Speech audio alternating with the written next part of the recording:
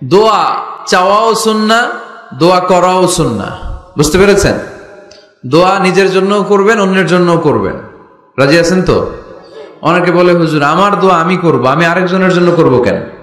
ওনারটা উনি করুক, আমারটা আমি করি, এরকম কথা আছে না? নাই না, অন্যের জন্য দোয়া করবেন, এতে লাভ আছে।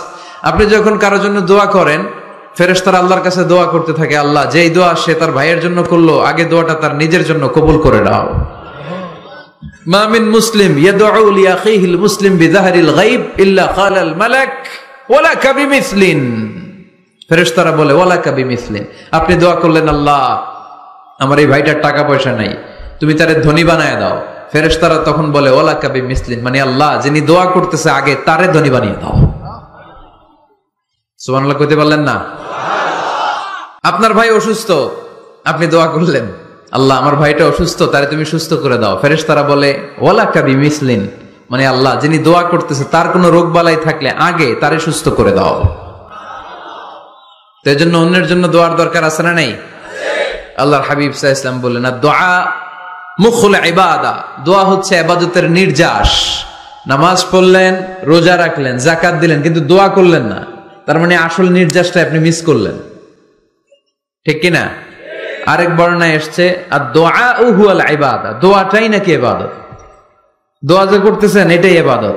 আওয়াজ করে পড়তে হবে আল্লাহু আকবার।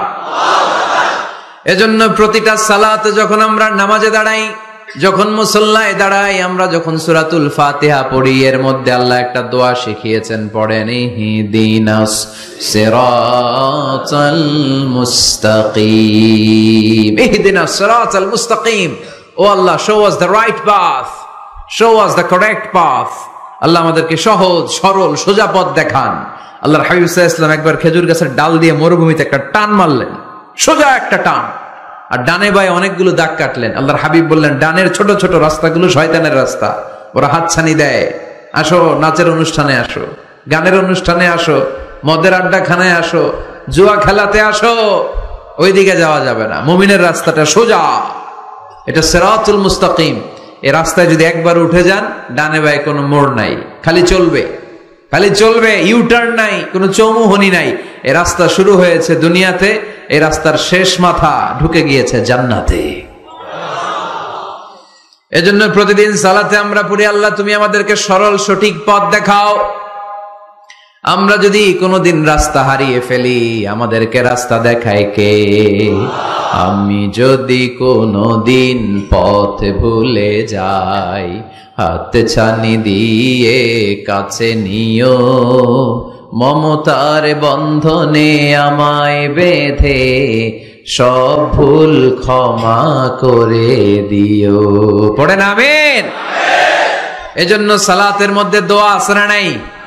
প্রতিদিন আমরা দোয়া করি, দোয়াটা পড়ি, কিন্তু অর্থ বুঝি না। এর চাইতে দামি দোয়া হতে পারে ইহদিনাস সিরাতাল মুস্তাকিম, আল্লাহ সিরাতুল মুস্তাকিমের পথ দেখাও, সোজা পথ। এই জন্য দোয়ার গুরুত্বের কোনো শেষ নাই, এটা অনেক গুরুত্বপূর্ণ।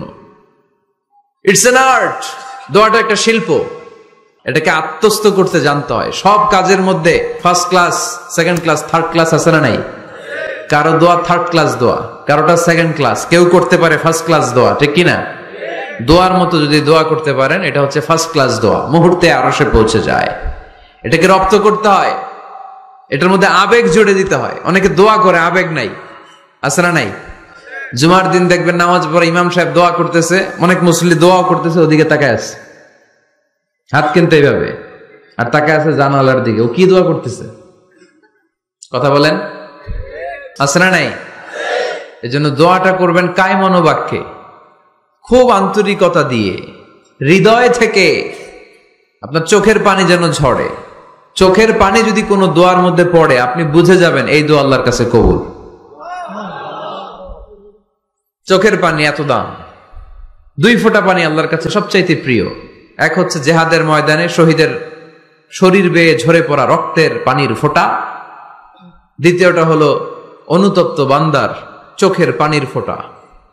নিজের ভুলগুলো বুঝতে পেরে কেউ যখন কান্না করে আল্লাহর কাছে কাঁদে, তার চোখের পানি চোখ বেয়ে নাকের ডগা বেয়ে মাটিতে পড়ার আগেই ওই ক্রন্দনরত বান্দার জীবনের সব গুণ আল্লাহ মাফ করে দেয়।